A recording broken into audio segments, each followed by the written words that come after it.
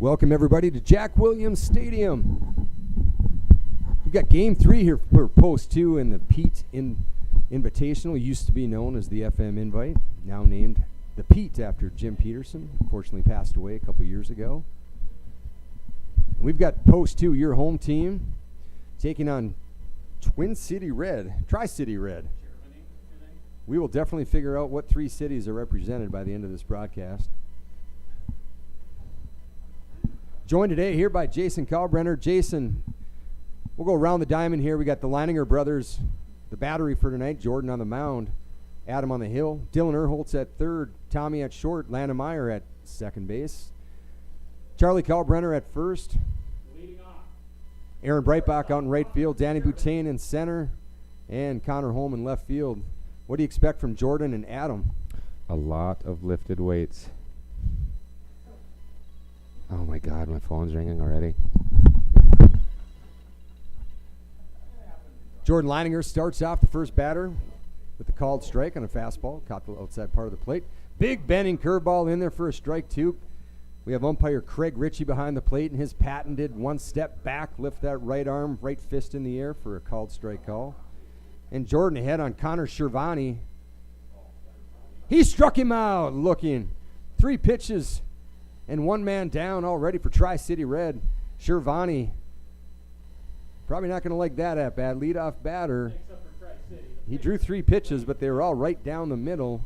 And Leininger starts off hot. That's going to bring up the pitcher for Tri-City Red, Lane Bennett. Lane Bennett sounds like a rodeo rider to me. Fastball fouled straight back. Bennett wearing number 7. Socks pulled up high. If I saw Tri-City Reds hats, I think it resembles the Minnesota Twins, so already style points here for the folks from Tri-City. That fastball's tapped on the ground to Erholtz. Fields it with his backhand. Strong throw to Kalbrenner. That gets by him, and that's going to go as a throwing error from Erholtz. Good hustle there by Adam Leininger to keep Bennett from moving to second base. Yeah, Breitbach had made a good play there, too. He got in position. And Jason, Post 2's fielding woes continue. Yeah, it's been a bad stretch here for the last 3-4 games. I mean, we're second batter in. We already have an error. Hopefully that we can clean it up a little bit. If you tuned in last night, Post 2 split a pair with a tough team from Team Manitoba. Again, Manitoba is over 1 million people. They only had 15 players on the team. Do the math.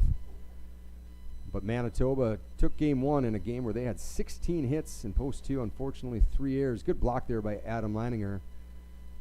And another error, usually by Dylan Erholtz, very, very accurate, usually throwing to first base. A little surprised to see that one get away from him.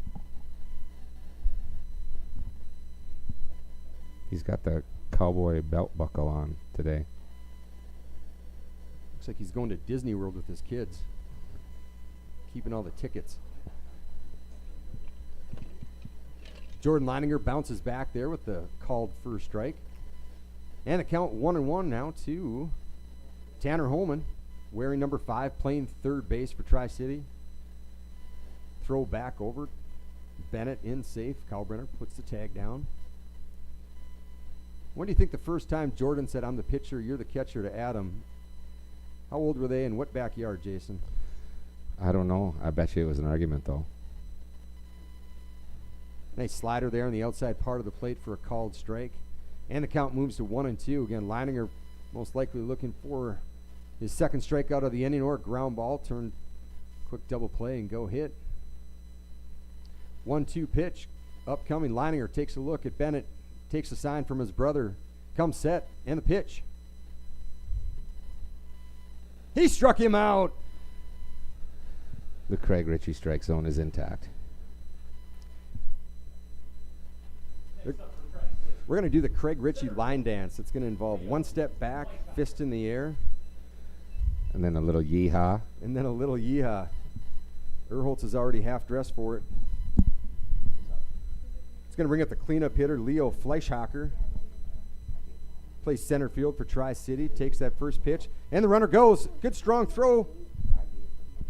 Oh, and an unbelievable near tag.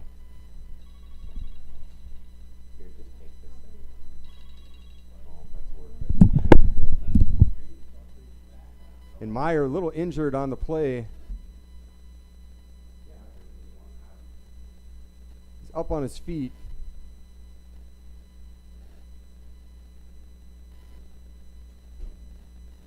Flips the ball to Kalbrenner. He's going to take a little walk. Hopefully he's okay. Again, the throw was well to the outside of the base. It was actually a really good play by Landon. Stretched back. Looked like he even got a tag on the runner just a little late. Again, Coach Gunnar Lindstedt out there just making sure he's okay. Little pat on the back. For reference, the second baseman is also a hockey player, if that helps understand why he doesn't want to come out.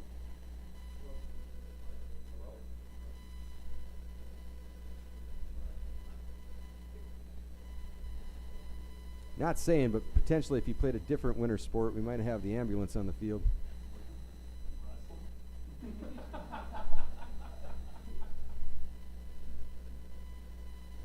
Said with a smile, folks. The pitch was called a strike, so we have no balls, one strike here to the cleanup hitter, Leo Fleischhacker. Leininger struck out 2 of his first 3 batters. The only batter has reached on the Erholtz error. Now stands at second base after the stolen base. Fleischhacker looking to drive in the first run of the game. Big slider there from Leininger. Draws a swing and a miss from number 6, Fleischhacker. He finds himself in an 0-2 hole early on. Jordan Leininger in full command of that breaking pitch. Starting it on the outside part of the plate by the time it's finished. It's well into the batter's box for a left-handed batter. He comes set. Leininger sets up on the outside part of the plate. And he got him looking. Leininger strikes out the side. All 3 looking. Backwards K, backwards K, backwards K. And for Tri-City, no runs, no hits. There was the 1 post 2 error, and they left the 1 on base. Halfway through 1, scoreless.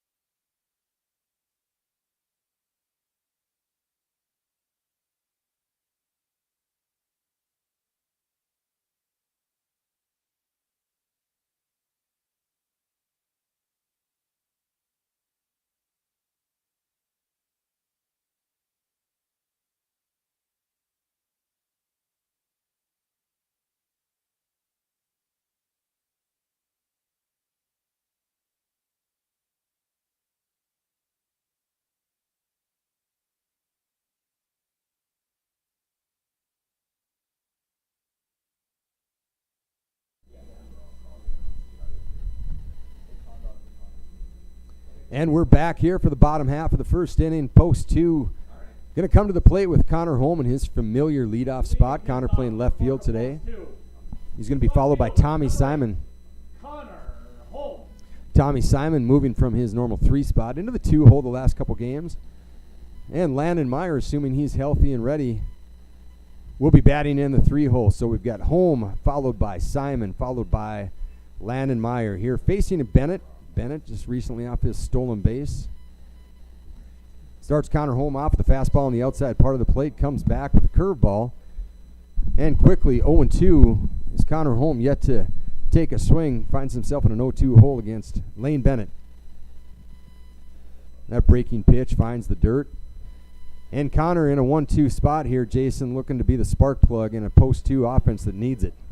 Yeah, we desperately need somebody to make an above average play at the plate so that we can maybe find a spark. Like that. No big deal. Jason Nostradamus Kalbrenner. And Connor Holm, multi-sport athlete. We're going to point out these multi-sport athletes for you folks at home. We think it's important. Recognize a kid like Connor Holm.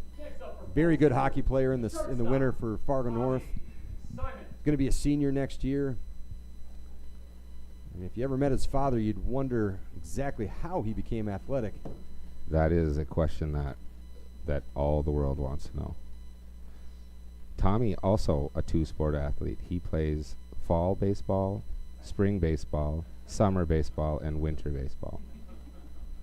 Four-sport athlete. Never a dull moment in the Simon household. He is one player, though, you can definitely see the commitment has paid off. Tommy's now hitting for average, for power. He's gotten faster. Obviously been very good defensively his whole career as he fouls that one back from Bennett. Bennett again working quickly ahead of Simon 0-2. Tommy going to be a junior at Fargo Shanley. His post-2 team comprised mostly of Shanley and North kids. Not all Shanley and North kids, Jason. Who would not go to Shanley or North? Trivia. Well, people that go to other schools. That's why he's the best in the Yeah. business. That's why they 0-2 pay here to me. Simon. And he struck him out. Good pitch there by Bennett, right on the outside part of the plate. I think I have an Oak Grover sitting right behind me. There's one. I know that some of the Jets players are go to South. I don't know of anybody on this team, on the varsity. The winner gets a free trip here to Jack Williams Stadium, and Oh, Elias Harris went to. there you go. Yeah. He's a Falcon. Park Christian, Elias Harris, recent graduate. On his way to play for the University of Jamestown. Potentially later on, a surprise guest might be here as we have the University of Jamestown head coach Tom Hager in the stands.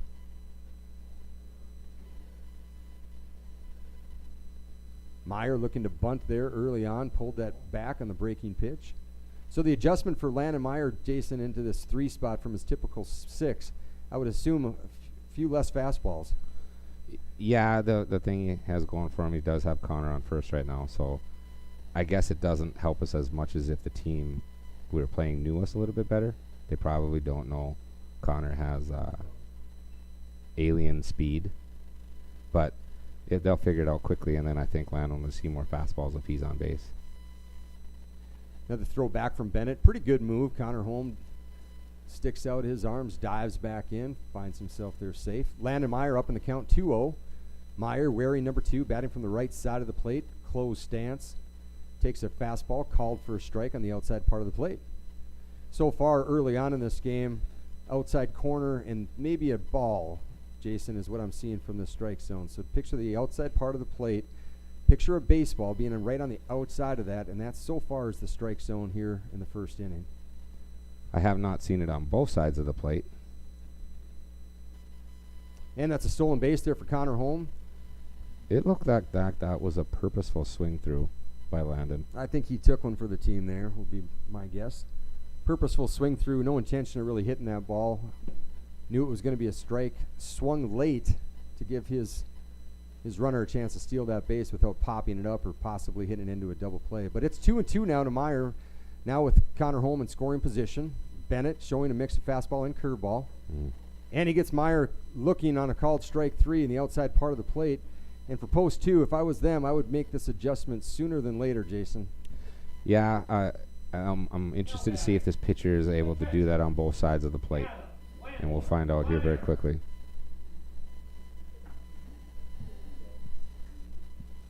If you're going to give him any credit at all, he probably saw Jordan Leininger strike out 3 batters, basically living on that outside corner in the top of the first inning, and decided if you can't beat him, join him.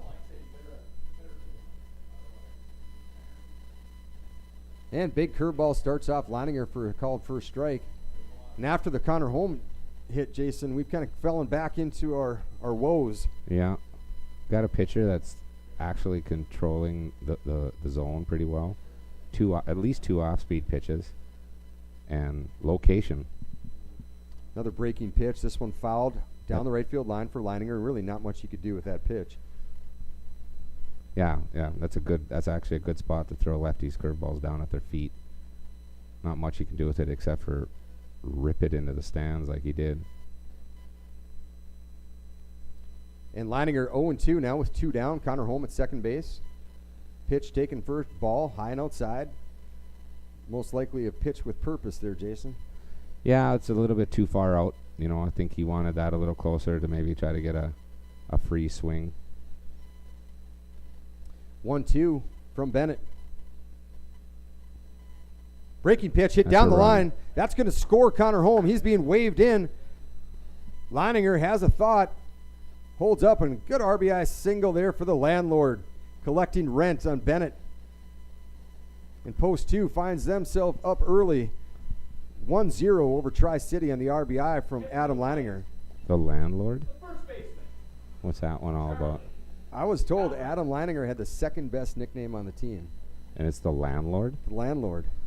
Okay. I think it's because he collects rent. I need little post-it notes that have the backstories of these nicknames, because I don't understand that one. Well, if he's the landlord and he collects rent when he gets hits, does that mean during COVID when you had a forbearance on rent, did he go over?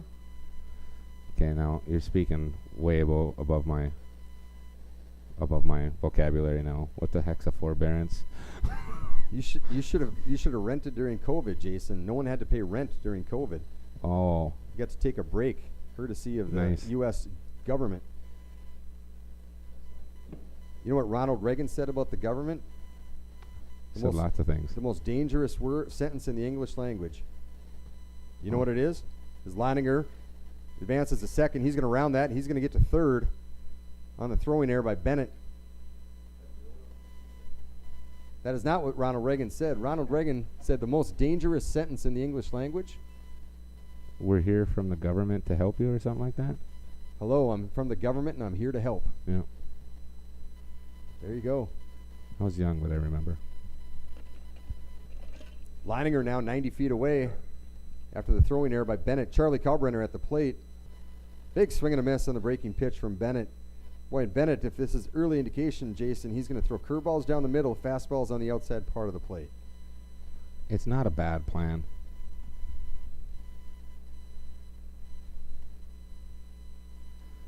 Another breaking pitch to Kalbrenner. That one fouled straight back. And this is not a broken record, folks. He's 0-2 on about the third batter in a row. Bennett looking to get out of this with just the one run. Leininger at third. Kalbrenner at the plate. 2 down. The 0-2 pitch.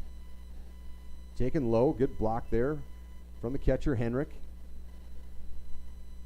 They have the Canadian flag flown. Does that mean, are they from a Canadian team, or are they Minneapolis? Okay. Get through. It's going to be a tough play for the shortstop. And right underneath his glove. With Kalbrenner's blazing speed, I'd give him a hit. George Ellis would be furious, but that goes down as a hit. He was already rounding first by the time the shortstop got to that ball. Designated hitter, Will Bachman. It was good to see George here last night. The toughest hit error grader I've ever sat next to, but good to see George back doing the the public address announcing for the Pete. Jim Peterson, a good friend of George's.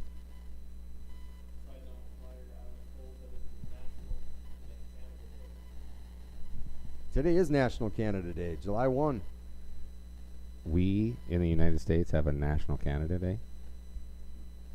Or is it their National Canada Day? I think it's their National Canada Day. I was like, that doesn't make any sense. Today is also known as Curtis Leininger's birthday. And both those things love maple syrup. I've always said every single year it's a contest to see who has fewer sleeves in their closet, Kenny Chesney or Curtis Leininger. They might be in overtime. Because I don't know if Curtis understands what the rest of our shirts are. He looks at us funny every time he sees us. What is that extra part of your shirt? Curtis never takes a carry-on because he has the scissors in every bag he packs. Play to the shortstop, and Bachman's going to be retired. But for post 2, they scored 2 runs, 3 hits. There was one Tri-City error, 1 runner left on base. And post 2, just enough offense to fire up a 2-0 lead, 1 complete. Scored 2 runs on 3 hits. There was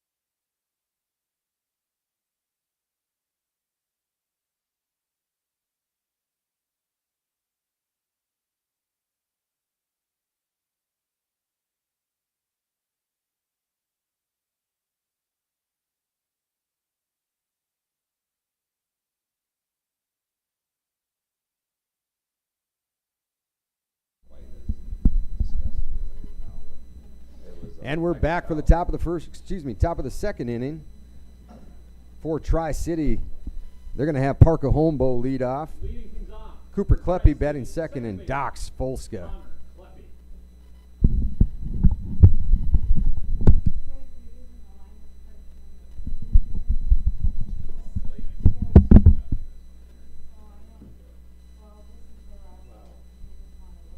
Technical change here. Connor Kleppe at the plate.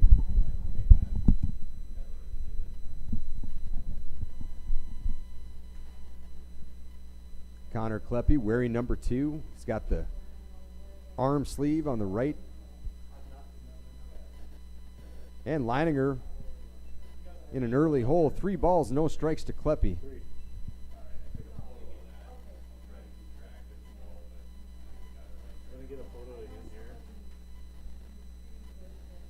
And Leininger 4 straight balls.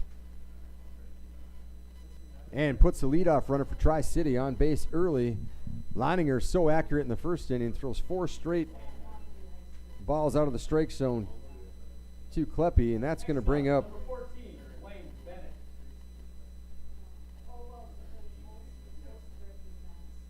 this is Lane Bennett. All right. Got yesterday's lineup card, we've been told.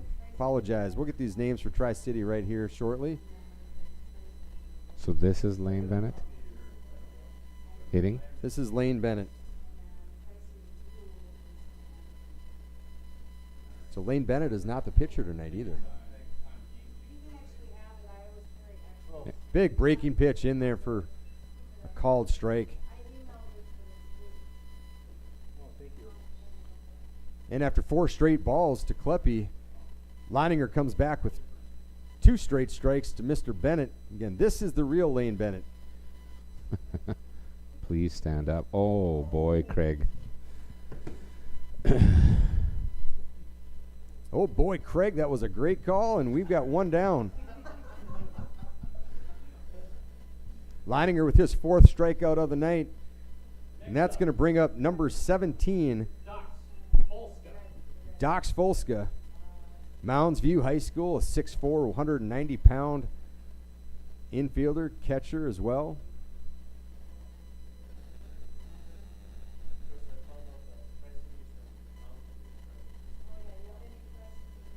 Breaking pitch called for a strike on the outside part of the plate, and Leininger quickly settled down, Jason, after those 4 straight balls to start this inning.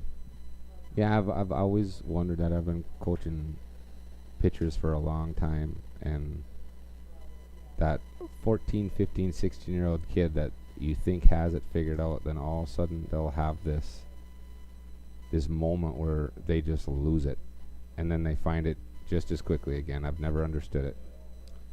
I was very similar as a pitcher. I would just lose it. The only difference is I never got it back. 0-2 now to Maddox. That pitch is high. Dox Folska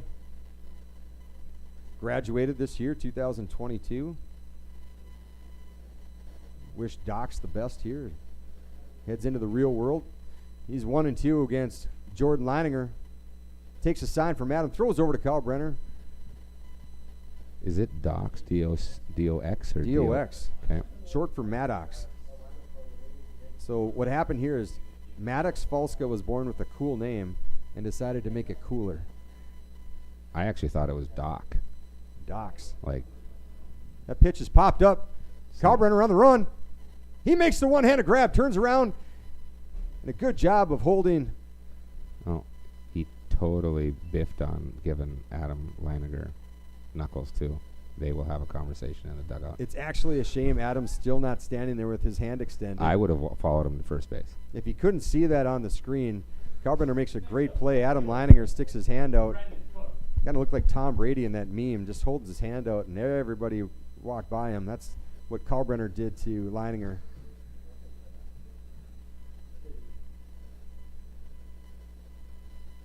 Fastball on the inside part of the plate. That one's fouled straight back. My guess is that Charlie's over at first base wondering if Adam is going to pick him up and twist him off like a bottle top when he gets into the dugout. Just snap him in two. Charlie should be happy he is not a quarterback in the EDC this fall, as Adam Leininger seems to. Oh, that's a good throw. Good throw by Adam. Great tag by Tommy Simon. And Tri-City early on, aggressive on the base pass. For Tri-City, no runs, no hits. This time with the left-handed batter at the plate, Tommy Simon covered the base. Second, post And that play was a lot tougher than it looked. Good play by Simon. Great throw by Leininger. Saves the other Leininger a handful of pitches. 3 down for Tri-City. And we're halfway through 2. Post 2. 2. And Tri-City 0. Coming to the plate, Aaron Breitbach, Dylan Erholtz, and Danny 35 on the easy ACT butane.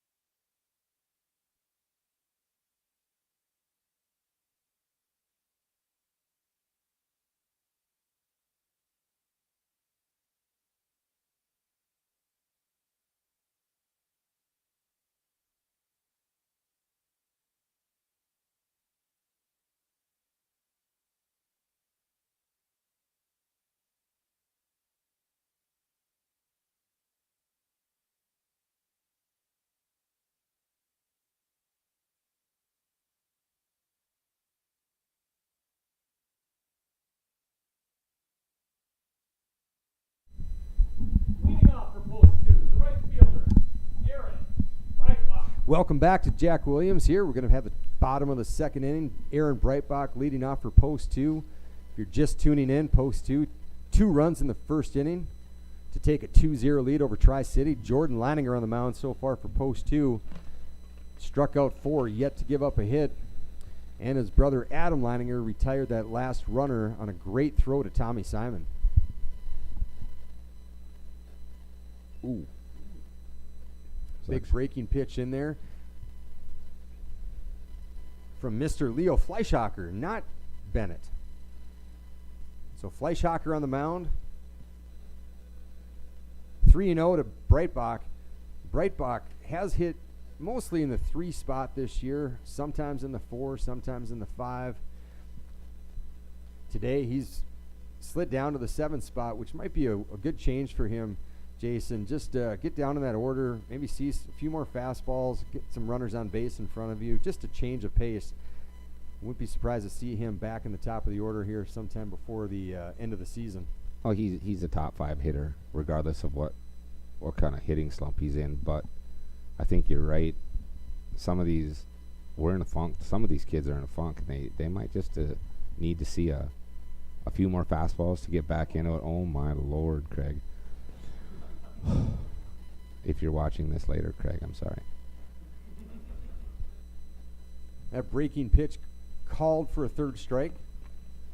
And this game might wrap up in about 30 minutes. If we keep this pace up. I wouldn't be surprised, Jason. We're going to see Erholtz right now is getting about 6-7 inches in that batter's box. Now, he's a 6'2" guy. That's a base hit by Erholtz. Little mistake by Fleischhacker. If I'm saying that's Yep. Okay. That ball ran over the plate a little bit more than I think he wanted it to. Webster's dictionary says Fleischhacker, one who Fleischhawks. That does not clear up anything. What does a Kalbrenner do? I don't know, but he's a Kalbrenner. Fleischhacker went fastball. I was going to say with Erholtz, he's about 6'3". If there's a kid who can reach the outside portion of that plate, it'd be him. Yeah, he stands in the middle of the box more than most kids, though. Most kids put their toes on that white line and take away the outside pitch. Dylan does not do that. And he got a little bit lucky. Obviously, a good piece of hit and put the barrel on the ball, but that was one of the few fastballs that Fleischhacker, I'm going to struggle with that. He let that ball run into the middle of the plate a little bit too much. Well, and early on, any indication, we have 4 hits. 3 of them have been by left-handed batters. That's a bunt. Danny Boutain looking for a base hit. Good play there by Fleischhacker. And that's going to go down as a sacrifice bunt for Boutain. And potentially that was his intention. It's hard to tell, Jason, that with 1 out, you usually don't see a sacrifice bunt, but that looked like it had a sacrifice.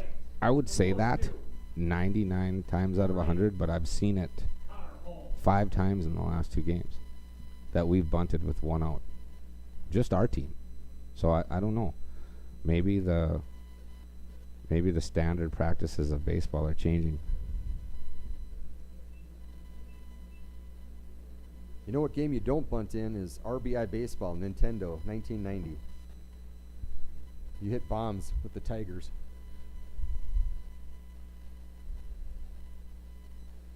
Connor Holm. I was going to say with Fleischhacker, Jason, his success has come against the right-handed batters. Lefties, not so much. Lefties, I think, are 3 for 3 on the night with 3 hard line drives. I think what he's finding is it's a lot easier to run that ball away from right-handers than bring it into lefties. Well, most pitchers, especially young pitchers, have a tendency to have one side of the plate that they're good to throwing to, and then the other side is a struggle for them. It's just natural, depending on arm slot and stuff like that. That ball is right down the middle. Count moves to 1-2 on Connor Holm. Takes that fastball right down the middle for a called strike. That curveball on the inside of the plate. And you see Connor backs up about a half a step. I don't think he wants to see that inside pitch called for a strike again. We'll see what Fleischhacker reacts. And it looks like he might go outside. And does so, but misses well. High and away. And 2's everywhere, Jason. 2 balls, 2 strikes, 2 outs here to Connor Holm, who's already 1 for 1 on the night.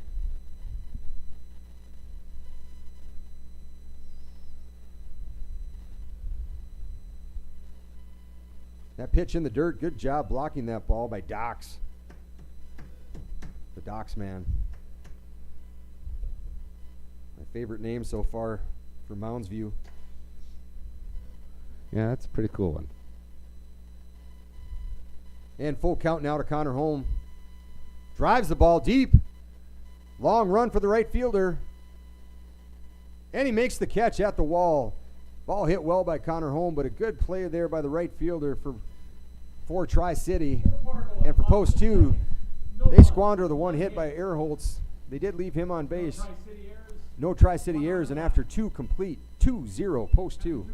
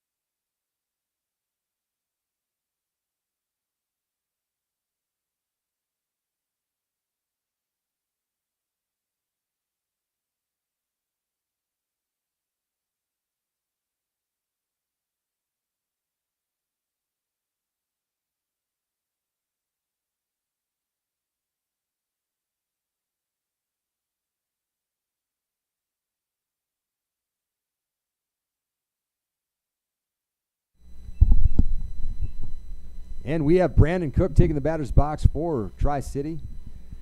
Now I want to call him Mounds View because I found out where Tri-City is.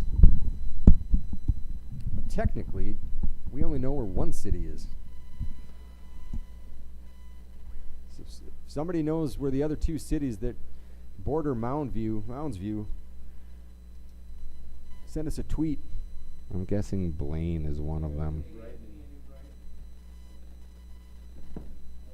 St. Anthony? Is that what you said? St. Anthony, New Brighton, and Mounds View. So, you don't get a prize if you tweet us that answer. If you tweet us what St. Anthony is the patron saint of, we'll give you a prize. Jason? No, I don't know that. All the other saints you knew, except for that one. I would say he's the patron saint of agriculture and family pets. Is that remotely close? No, this would be my wife's patron saint, favorite patron saint, because he is the patron saint of lost things. As in, where's my phone? I pray to St. Anthony, I'll find it. And Leininger goes to a full count here. On the leadoff batter, Brandon Cook. Full count to Cook. The pitch. Ground ball. Simon. Easy to get rid of it. There you go. Makes the play. Great play by Tommy Simon. By the end of the year, you could do a collage, Jason, of all the times we say great play by Simon. Well, that one right there is his favorite. That ball that he doesn't have to bare hand, has a little bit of time. He has I like the way the route he takes so that when he picks the ball up, his arm is already in a position to throw. Obviously, he has put some time in on those awkward plays. And that brings up the bottom of the order for Tri-City, Mr. Jack Heinrich. Not the catcher, as he was in the first inning. Bad intel. But Jack Heinrich, wearing number 11, playing third base tonight. He's a class of 2023, so going to be a senior next year. Boy, I thought Craig was going to do the old 1-2 on that one. Yeah, he wanted to. He wanted to.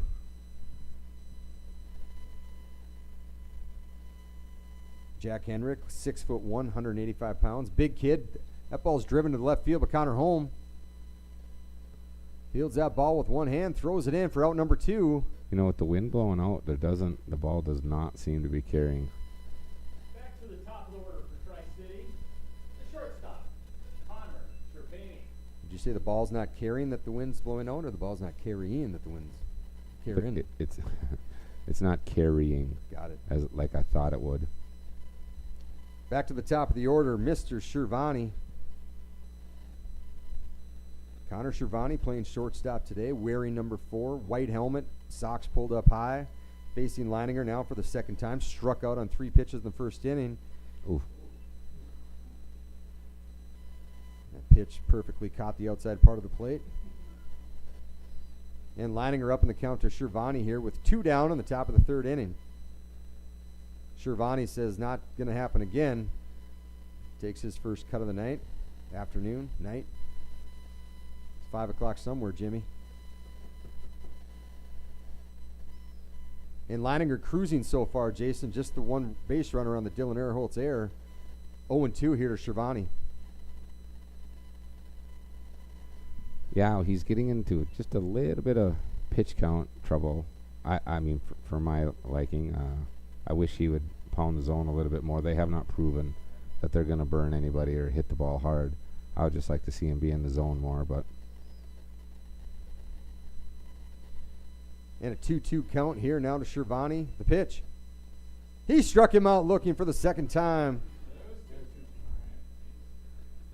And Shervani goes down on what he probably felt was an outside pitch. No runs, no hits, no errors, no one left. But for Tri-City in the top of the 3rd, Post 2-2. they had no runs. They had no hits. There were no post 2 errors. And, of course, no runners left on base. Halfway through the 3rd, post 2-2. Tri-City 0. Simon, Meyer, Adam Leininger coming up for post 2.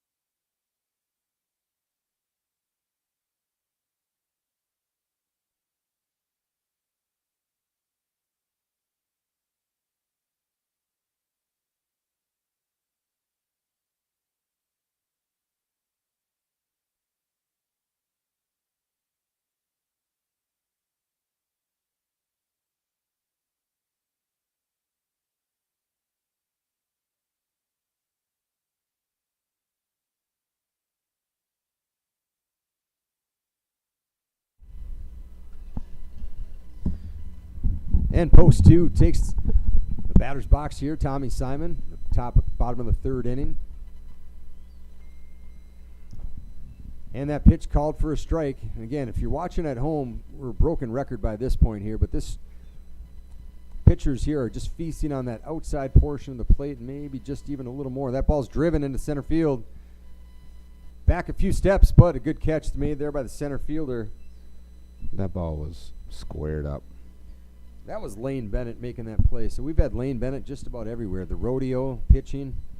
Now batting. Second baseman. Guest star on the hit show Yellowstone.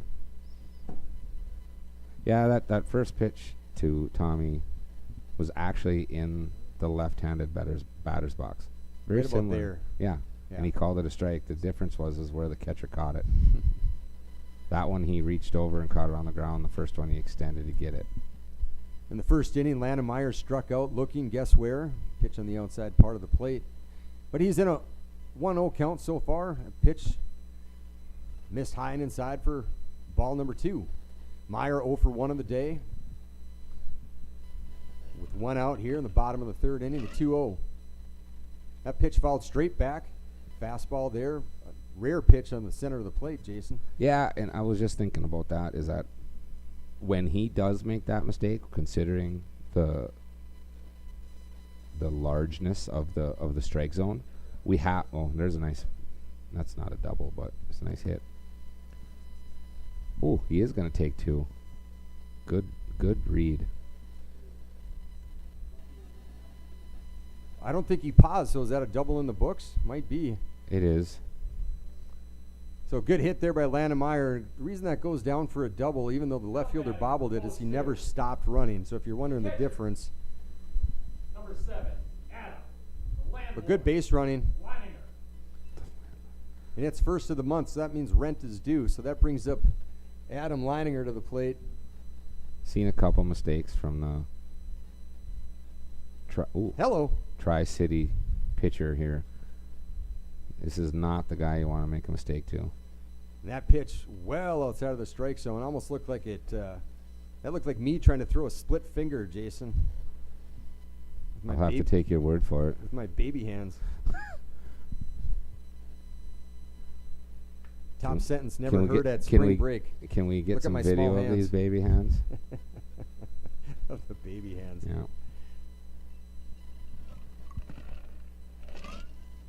Think of small hands, I think of Dante Culpepper and how he must have just been furious that his hands were like 9 inches, but every other quarterbacks were 9 1/4, so Dante Culpepper goes on in history as having small hands.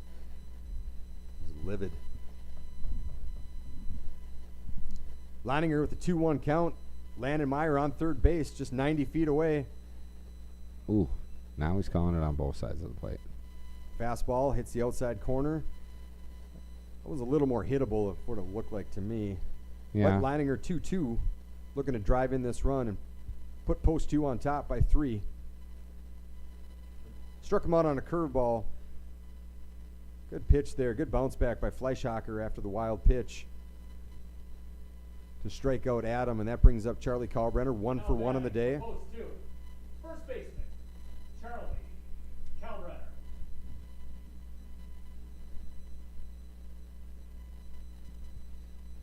Charlie Kalbrenner.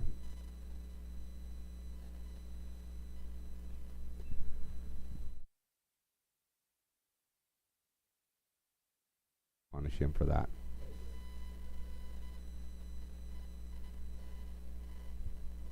And Kalbrenner with the 0-1.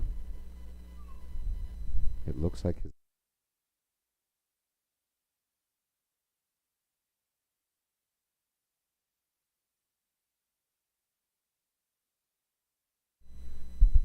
Kalbrenner now 1-1 here with 2 down. That ball's hit well. Deep, but the center fielder finds room. And for post 2, they score 0. There was 1 hit. 1 runner left on base through 3 complete. Post 2, 2. Tri-City, 0.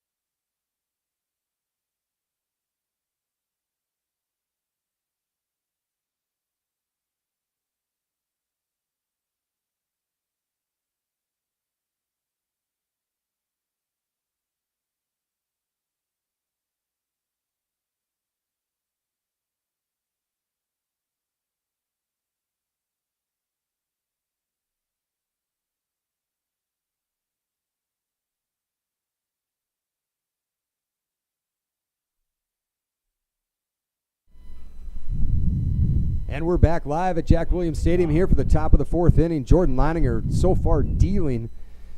Set down Tri-City, down scoreless in the first 3 innings. Looking to do the same as he starts off the first batter here. Batter number 7, Parker Holmboe, with the ball low and inside. And ladies and gentlemen, we've got a treat here for this inning. We have a player who played in 1990, 1991 for Post 2 under Jerry Harder.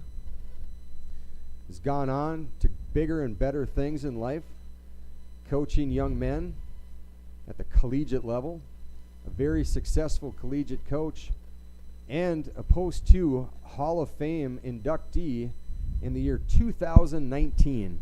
So I'm joined here by, if you haven't figured it out by now, the University of Jamestown head coach, Tom Hager, a former teammate of mine. Tom, welcome to the booth. Great to have you. Thank you much. I appreciate it. I don't even know what to say. That was a long intro.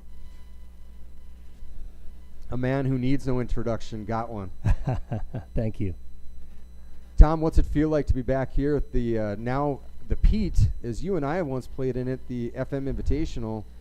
Bring back some memories? Oh, 100%. This is a great place to play baseball, and this tournament is one of my all-time favorites. You know, there was a lot of rivalries that were developed here when we were playing, and I think those rivalries still exist. This is one of them here, Tri-City versus Fargo. So, great day to play baseball today. As you can remember, besides Tri-City, what are some of the teams that you remember, and do you even remember a player or two that stood out back in the FM Invitational back in the early 90s? You know, I think what I remember most is when we played any teams from the Twin Cities, whether it be Tri-City or Edina or any of the other teams, because you always wanted to play teams that, you know, were quality and came from Minneapolis. You knew they had really good players, and I think the other thing that sticks out is anytime we played teams from Omaha, and I would guess that still exists with the guys that are playing right now. You want to play the best of the best. Years go by, but I still remember a catcher from a team called Omaha Sports. I don't remember his first name, but his last name was Coleman. Threw everything from his knees, just back to the pitcher from his knees, second baseman from his knees, and I just remember watching going, that is the coolest thing I've ever seen, and there's no way Coach Harder would let us do it. That's exactly right.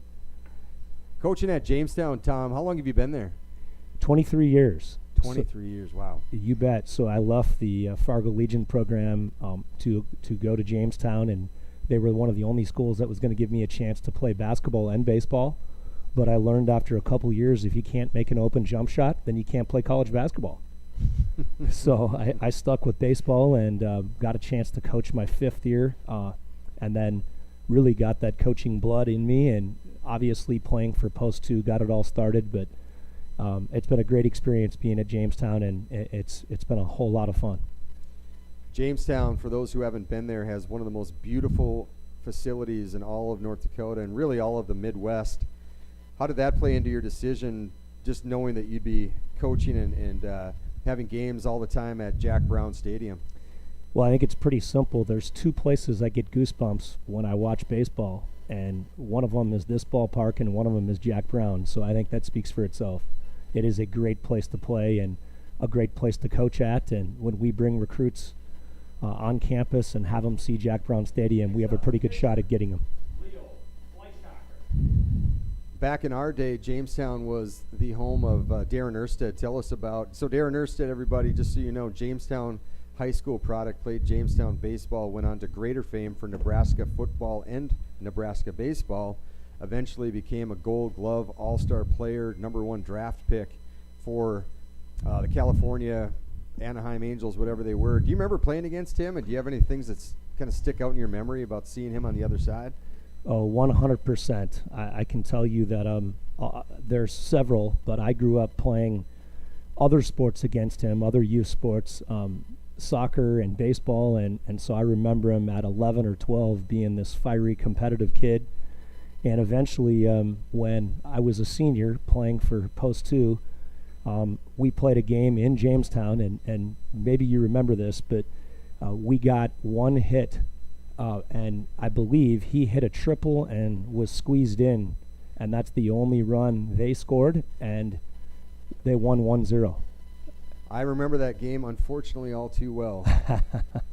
I was a teammate in that game. I played in that game, and we had Matt Olson on the mound. Absolutely, yes. Probably the pitcher of the year, a left-handed pitcher for Post 2, graduated from Fargo North High School in 1991. Now a proud parent of 3 kids, 2 boys and a girl, making their way through the program. And yeah, it was, baseball is, requires 9, but that day it just seemed like it required 1. And if I remember, I think we had a chance to either tie the game or go ahead on a line drive in the gap by Mike Weiser. And I believe that was caught in like one of those, I can't believe he just caught that, by none other than Darren Erstedt. You are 100% correct. Unfortunately, it's been 30 years, and both of us can remember that day too vividly. If you're listening to this, or word gets to you sometime, if you're a left-handed hitter, the other thing that sticks out in my mind, 2 things about him as a left-handed batter. Number 1, for all the lefties we faced, he was the one guy I thought was going to beat out a hard ground ball to the second baseman. And the second thing is, as a left fielder, typically when left-handed batters came up against us, my natural instinct was to take a few steps in and to the left field line, because most left-handers would hit the ball with a little bit of a slice towards the line. Absolutely, yes. At Darren Erstedt, you went back to the fence.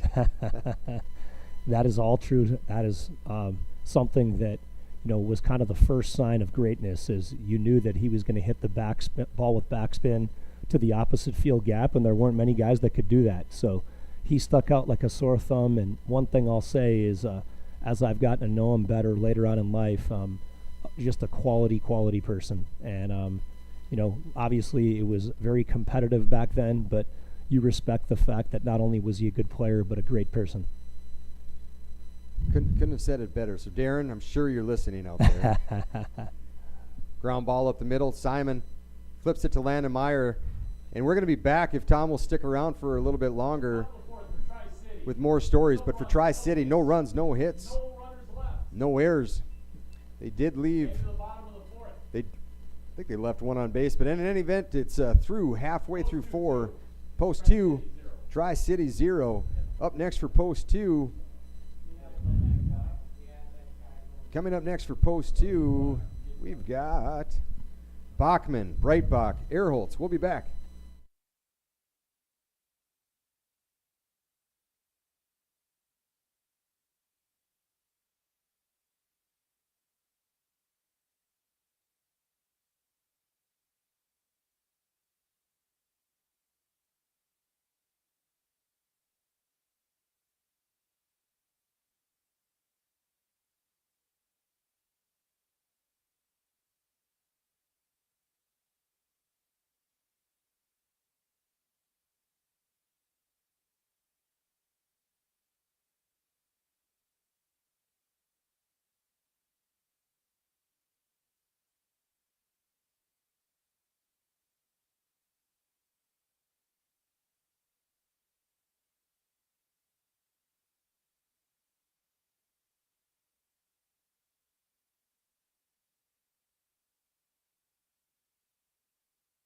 Leading things off for Post 2, designated hitter, Will Bachman. So welcome back to Jack Williams. If you're just joining us here, we're in the bottom half of the 4th inning. Post 2 scored 2 runs in the bottom of the 1st inning. It's been a scoreless game since then. Tri-City yet to put a run up on the board, but Post 2 scored 2 runs on the RBI single from Adam Leininger and the RBI single from Charlie Kalbrenner.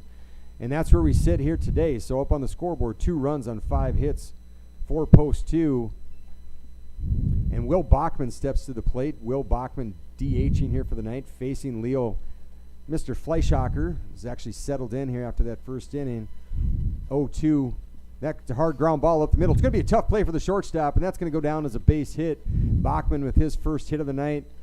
And we're still lucky enough to have head coach from the University of Jamestown, a Fargo Post 2 product, a Fargo South graduate of the class of 1991. And Tom, if you don't mind, let's share some stories. For those of you who can't see it on the screen, there's a sign out in right field, and that's a Fargo South graduate by the name of Jeff Stevens. It says Steve-O, number 19, born in 1974, passed away in 2021. Jeff Stevens was a teammate of Tom's and I, and a multi-sport athlete. And Tom, we were talking earlier before the game today about Jeff. You had a story, and if you don't mind just kind of sharing about Jeff's venture to play basketball and then how that came full circle here last summer. Yeah, well, Jeff, as we were just alluding to, was a really good American Legion baseball player here for Fargo, but he was also an outstanding basketball player. And at Fargo South, he wrapped up his career, went on to North Dakota State, was there for a year, and then made his way to Black Hills State. And at Black Hills State, he had an All-American career, just a big-time college basketball player. And I'm sure there's lots of people who saw him score a ton of points and get a ton of rebounds, but he was an even better person. And so what the story goes is that there is a current Black Hills State basketball player that is breaking records right now, and several of Jeff's records. And I had a chance to catch up with the Black Hills State basketball coach not too long ago, and he talked a lot about the motivation that this Jeff Stevens has given this current player of his, and how he wants to be the next Jeff Stevens. Not just because he's a great basketball player, but because he's also a great person. So a lot of great memories of Jeff, and I'm so thankful that he's inspiring others right now. And we just, a tough loss, but somebody we'll never forget. Yeah, he meant a lot to this program as a player, but I think as I found out last summer, and you and I were on a text string as well, just as we found out, Jeff was sick and unfortunately ended up succumbing to cancer.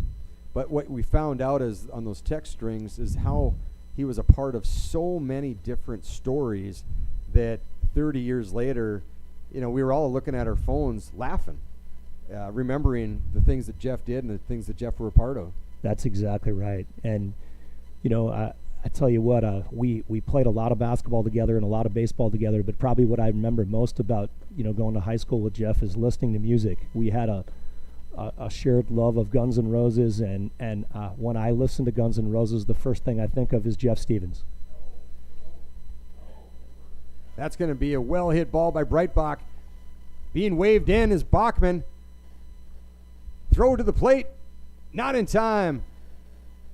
And Breitbach alert. He's going to third. He's going to be in there safe. And Breitbach with the RBI double and heads-up base running.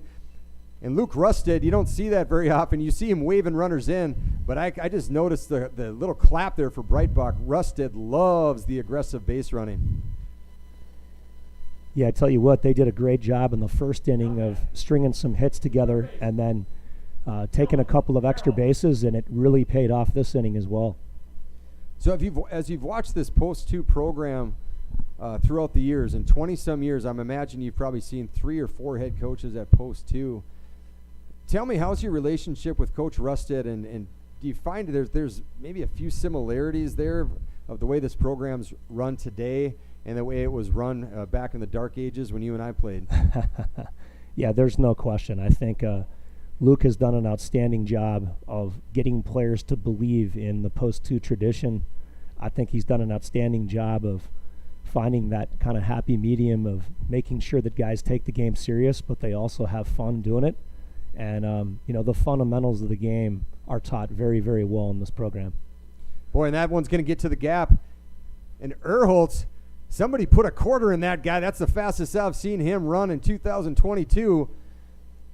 And Erholtz gives it one clap. No dance moves for that guy. He's the veteran on this team. But Erholtz, he didn't like that called second strike, and he took it out on the baseball. And back-to-back doubles for Post 2. 8 hits up on the board for Post 2 with this new revamped lineup. And they find themselves here up 4 with a runner on second, still with nobody out. Have you had a chance to, over the years, Tom, have any players from the Fargo program play at Jamestown? Yeah, we have. We've been very lucky with, the guys that we've gotten from Post 2. It goes back to 10 or 12 years ago. We had a relief pitcher from Fargo that had an outstanding career at Jamestown, Steve Herkert. He was really good for Post 2 and really good for us. And then Matt Wavers, Matt Octor, some really good Legion players and had great careers at Jamestown. And then currently here we have a couple of guys that are on this team that are going to be attending Jamestown next year. So some good guys and some good guys hopefully in the future for us. We talked about it before the game, but one thing with this Post 2 crew, and just in case you can't say it, we've got pitchers Elias Harris, in my opinion, the top pitcher in the state of North Dakota for 2022, definitely the top senior pitcher, a Park Christian graduate. And Josh Beaver is going to make his way to Jamestown, where his parents met. I'm not sure if you knew that. Jamestown attendees back in the day.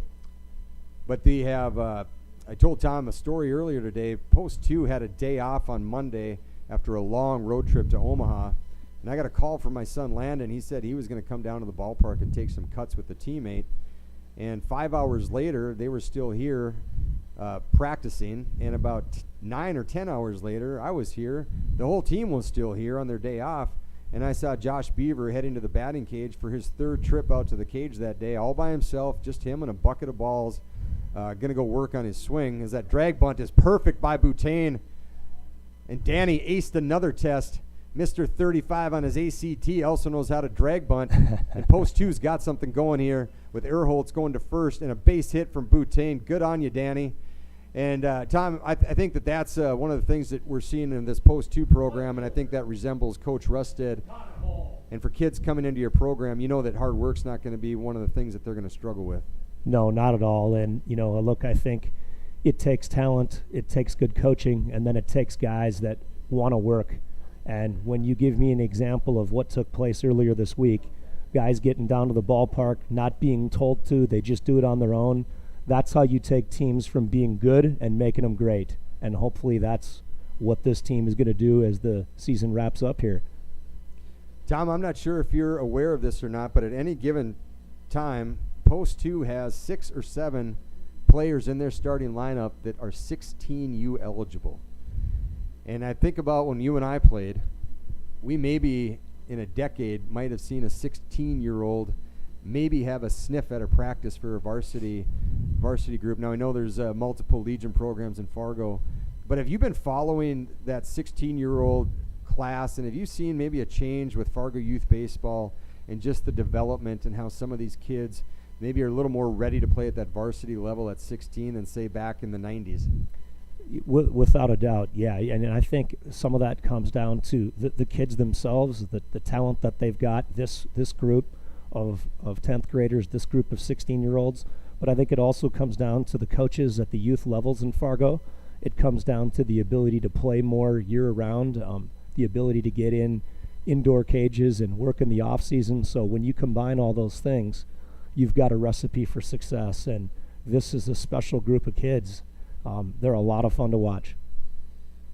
I've had the privilege to watch this group coming up, but part of me wonders, there's a whole generation of dads out there that have played in this Post 2 program, played for coaches like Jerry Harder, Kurt Gigstead, Pete Stenberg, later on Bill Eibach. I think, I'm not sure if you played for Bill in 13s or 14s and 15s, but part of me wonders if you have a whole generation of dads that played under coaches that emphasized fundamentals. Those dads are essentially becoming youth coaches nowadays, and I can't help but wonder if we're not going to see some of that effect as you see these ball players from the city of Fargo. I definitely think you're onto something there, because those coaches that you named were all really successful youth and Legion coaches, and certainly you'd think they passed that down to the players who are now becoming coaches, and we see that out of this team as well. So that throw is well high, and that's going to score Erholtz. Boutain's rounding, and that ball's dead. We'll see if they award the base to Boutain. They're going to have him hold up at third. Simon is going to move to second. I can tell you, Tom, when I signed up to volunteer as a head coach when my boys were 7U, and I didn't know who I was coaching, what I was getting myself into, but I got an email with my roster. And, of course, 2 of the boys on the team were mine. But then I scrolled down the list, and I see a kid by the name of Cale Astrup. And I thought, it's got to be Ken's son. And then I saw another son on that team by the name of Ian Devine, and I thought, how lucky did I get that I'm going to call these two guys? And I just found out that I'm going to coach with two other World Series participants in Ty Devine and Ken Astrup, two members of the 1989 World Series team. So is that just the most lucky draw you're ever going to get? I think it is. I think you lucked the heck out. That was another great swing right there. Yeah, that's Landon Meyer. So Landon moved into the 3 spot. We had kind of fun last night. Landon hit leadoff for the first time as a person on post 2. And we kind of made the comment that we've come full circle now. I said I hit leadoff in this park back 30 years ago. And now there's another, Meyer in the lineup hitting first. If he wore number 16, we really would have come full circle. Tom, tell me about your family. How is life for you in Jamestown? We know about the coaching.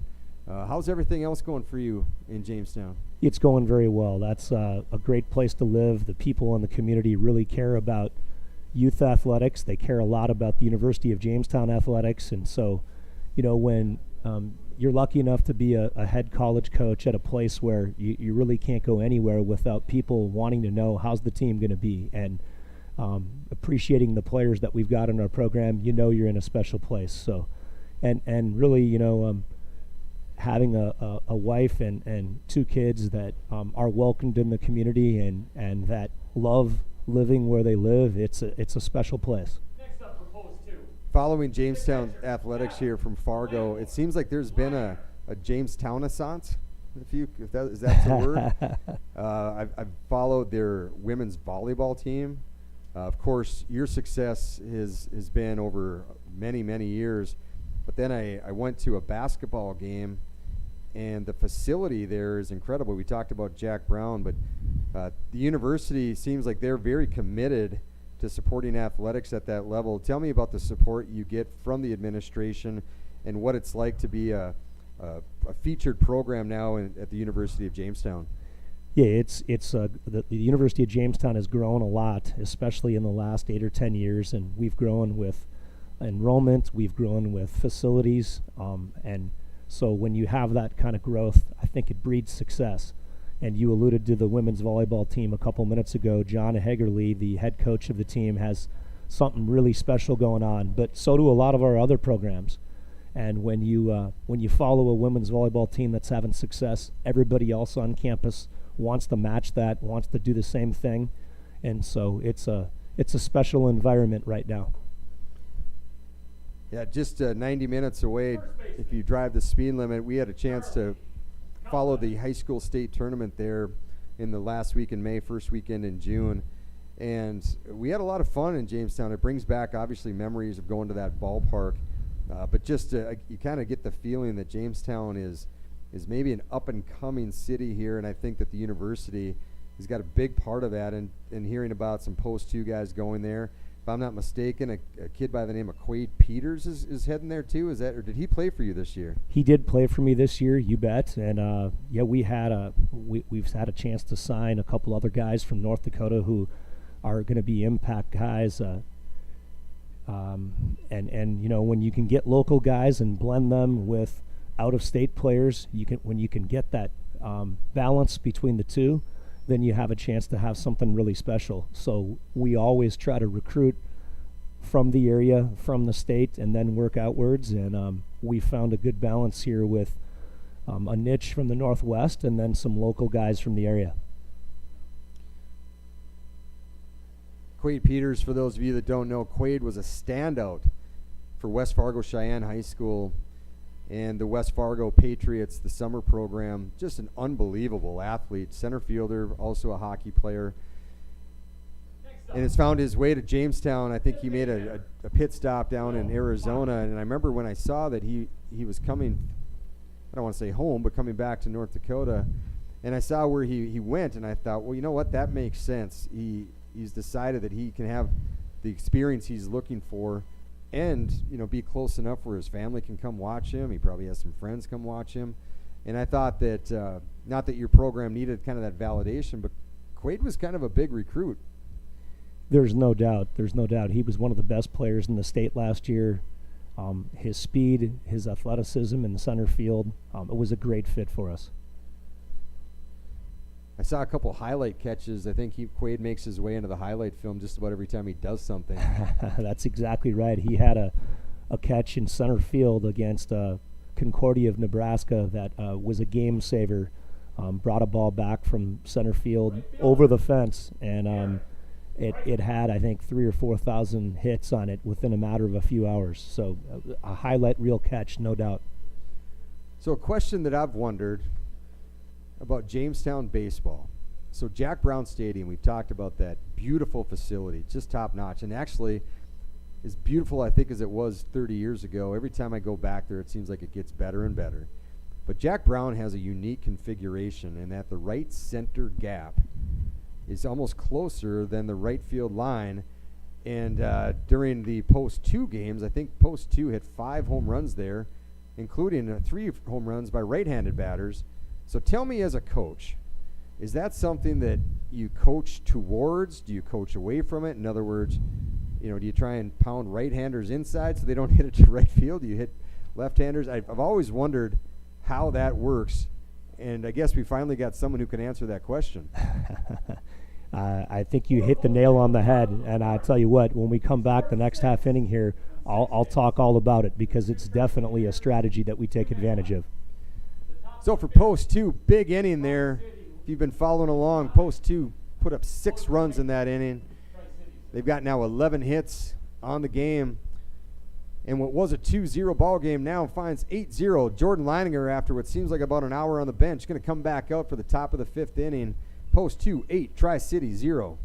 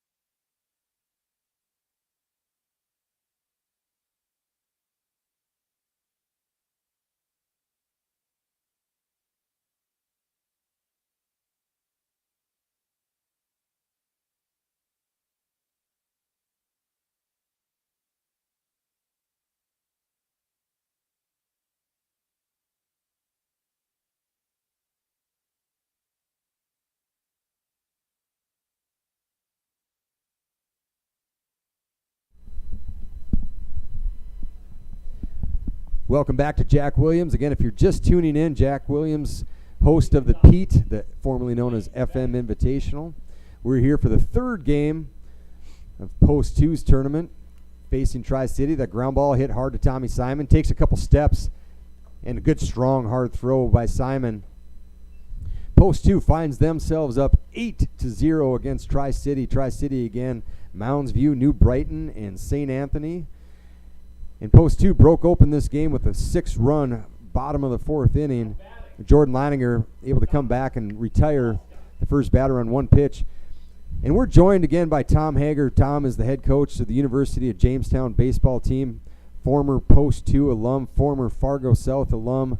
And we've been having a good time exchanging stories. And when we left off, I had asked about the unique configuration of Jack Brown Stadium. Even my weak opposite field power, I found that I was able to hit the ball over the fence to right center, and I still remember the one time I hit it, I was running so dang hard because I thought I had a double. And Coach Gigstead looked at me as I got to first base. He goes, "You can slow down," because the ball was over the fence. So talk to me about what it's like to coach in such a unique ballpark that really rewards balls hit in the right center gap. Well, it's as I alluded to earlier, it's a special place. There's a lot of history behind the stadium. I don't know if many people know this, but Satchel Paige pitched there way back in the day. Oh, wow. And so, I think the beauty of the place, the configuration of the place, the history of the place, it's all unique. To piggyback a little bit off of what you talked about, there is some strategy involved in that, you want to be able to own the inner half against right-handed hitters. In other words, make them pull the ball 350 versus 300 down the right field line.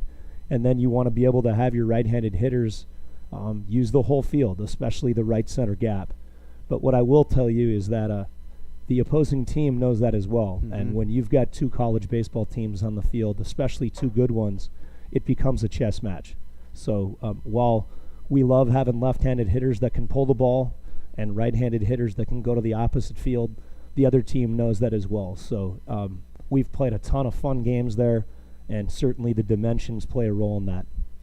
So you don't have an automatic disqualification for a guy that hits right-handed? We don't, because we play a lot of games elsewhere as well. I can imagine that as a pitcher, there's probably some moments there where you feel like you just got a guy to pop out to right field, and you think about halfway, you're probably thinking, uh-oh, wait a minute. That ball could leave the yard instead. Well, you see that, no question about it. But what you also see is you'll see not only players but also fans who see a ball that gets hit pretty well to left, and they immediately think the ball's hit out of the yard. But because it is 350, which is bigger than some major league fields, because it's 350, it becomes a routine fly ball. So you see a little bit of both, and there are their share of home runs hit at that ballpark. There's not many triples because it's not very deep in the gaps, but there's never, ever a time where it's an average day at the ballpark when you're playing at Jack Brown Stadium. We both played for a coach named Jerry Harder. If you give me one word, you're not supposed to ask one-word questions, but you could describe Jerry Harder in one word, what would it be and why? Passion, intensity, fundamentals. That's 3. I cheated.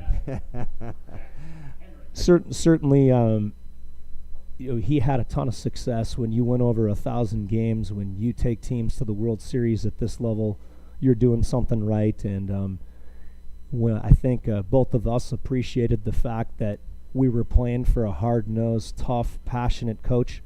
And now that I've been coaching for a long, long time, I know that I reflect on a lot of the things that I was able to take from him. But more than anything, you knew he cared. You knew that he cared about the team. You knew that he cared about the game of baseball. And so that passion played a huge role in our success with Post 2. I remember as an 18-year-old with a new crop of 17s, there was only 5 18-year-olds on our team, 13 17-year-olds, and I pulled them aside in week 1, and I said, we have 3 coaches. One of them's not going to be your best friend, so don't try. And I said, but if you want to appreciate Coach Harder, just remember, he wants to win this game more than the rest of us combined.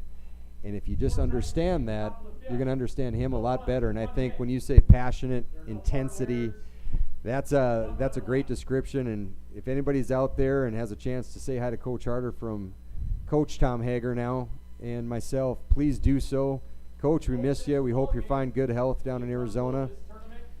And Tom, that wraps it up. We guess we've got the 8-run rule, so we stole you for more time. But thanks for joining us. Best of luck to you. Best of luck to you and your family in Jamestown, and wish you great success.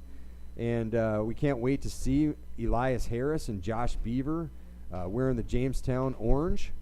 And again, thanks for coming. You've been a great friend, and it sure is nice to see you. Hey, I had a great time. Hope we can do this again, and go Post 2. Thanks, Tom. And thanks to everybody for tuning in. That's an 8-0. Post 2 takes on beat Tri-City in the 8-run rule. That's going to wrap it up. A complete game, a victory for Mr. Jordan Leininger on the mound. Only gave up just that one hit in the last inning. And Post 2 is going to be back here in about an hour and a half for their second game of the day. Post 2 goes to 2-1 in the Jim Peterson Pete Invitational. Thanks for watching, and we'll be back.